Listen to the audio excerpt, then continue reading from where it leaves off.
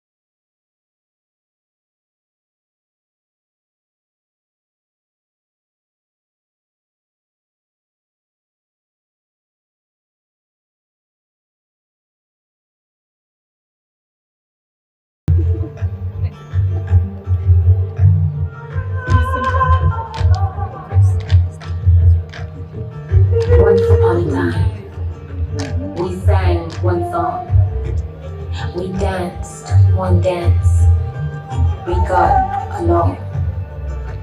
Once upon a time, we intertwined, we wined and dined, we were just fine. But when unwanted guests joined our fest and changed our beat, our feet got lost in a rhythm of extreme divisionism. Suddenly we misunderstood the meaning of patriotism and bought into a notion of barbarism. And when we did this, we lost. We lost when we forgot that we were one people. That's when all our good turned to evil. We lost when we forgot that we shared the same culture and started targeting our own as would a vulture. We lost when we forgot that we spoke the same language, yet failed to understand one another. We lost when we forgot that we were sisters and brothers. And so we lost so much that we lost ourselves, allowed a living world to become a living hell. We lost so much, we lost 1,000,000 of our own. We lost so much, we will live to mourn those who were torn away from us. We lost so much when we forgot to trust in us, which is why we must remember. We must remember the dear lives lost and what that cost us as a nation. We must remember that division leads to doom, that unity leads to bloom. So beware of even the hushed conversations of divisionism inside the comfort of your living room. We must remember to tell the whole truth of our history without leaving holes of hate for those who hear us. We must remember to be the defenders of our values and not the offenders, because only together can never again truly be never again. We must remember not to forget that we lost when we forgot.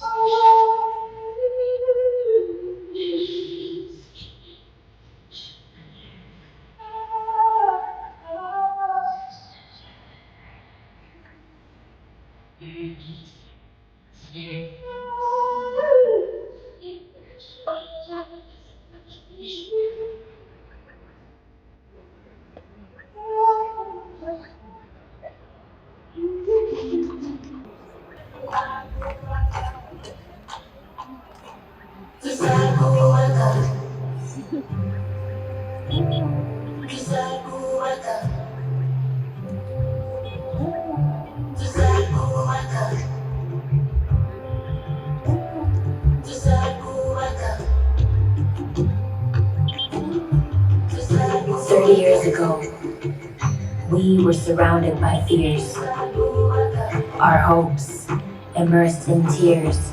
But collectively, we decided to switch gears and steer away from anger and danger.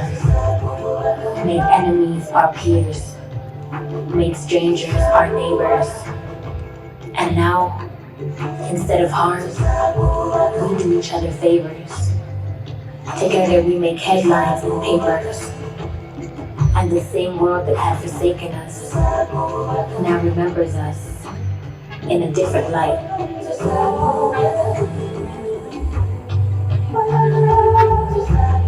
Today I had the honor to speak for a people who decided their pain would not be in vain, who turned their hatred into sacred lessons to learn from.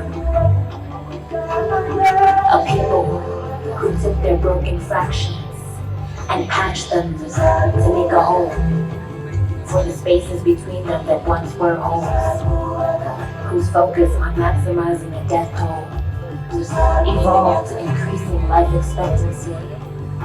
I speak for a people whose mentality transformed in 30 years.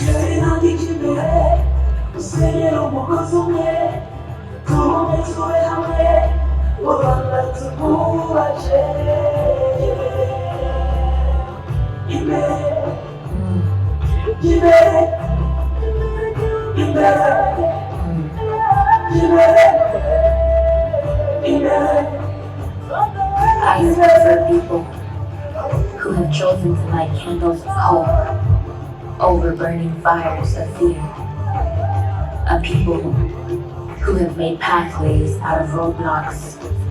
A people who have replaced hate speech and propaganda with dialogue and conversation. A resilient people who decide every day to choose unity and reconciliation. I speak for a people from a nation who still mourn their lost loved ones every beginning of April, whose hearts still ache, but who became so acquainted with fear that they became unafraid. I speak for a people who still honor the memories of those loved and lost during the genocide against the Tutsis. These are the people that I have the honor to speak for today.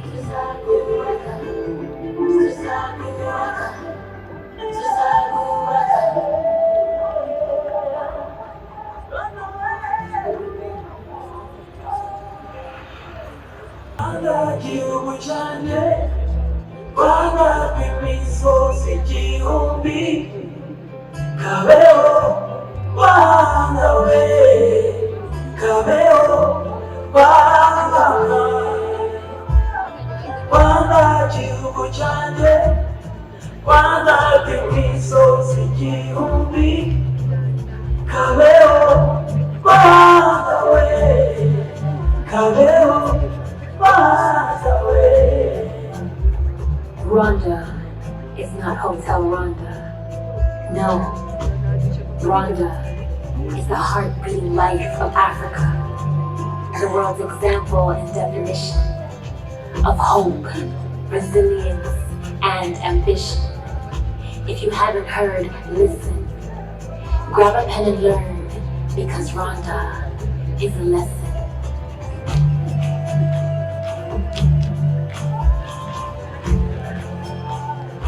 Rwanda is where the great Kivu Lake rests in, where the birds of the Nyungwe forest nest in, and the foreign investors fly all the way to invest in. What's happening right now in Rwanda is interesting, and it's amazing to be a part of and watch Rwanda.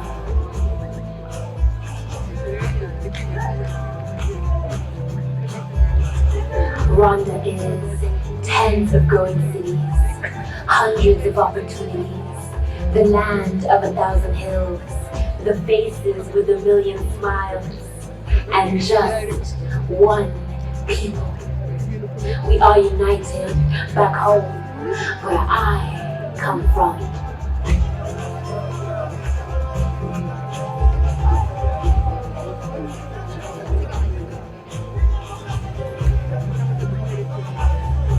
Rwanda is birds and lakes, life and city streets, volcanoes and silverbacks, restaurants, cinemas and coffee beans, teas, industries, electricity and honeybees. I come from the earth's last piece of paradise, a big-hearted land where my people chose forgiveness over the atrocities they witnessed, a land where we are not afraid to speak the truth, a land where there is room for the youth, a land where my people work hand in hand to demand justice and dignity. We come from a land that has risen from the ashes of sorrow to the rose blossom of tomorrow, a land of Agaciro. We come from that land.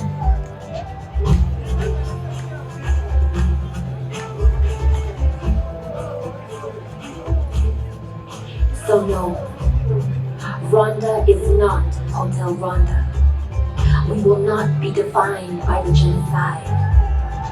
Rwanda is the land of pride, the home to dreamers, believers, and achievers, learners and teachers, humans and creatures, the heart-beating life of Africa, the world's example and definition of hope, resilience, and ambition. If you haven't heard yet, I hope you listen, because Rwanda is a lesson. Rwanda igihugu cyanjye, Rwanda rw'imisozi igihumbi, kabeho Rwanda we, kabeho Rwanda we, Rwanda igihugu cyanjye, Rwanda rw'imisozi igihumbi we, kabeho Rwanda we, kabeho Rwanda we, Rwanda, Rwanda,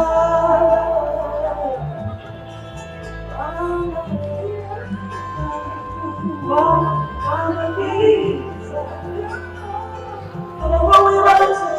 Rwanda,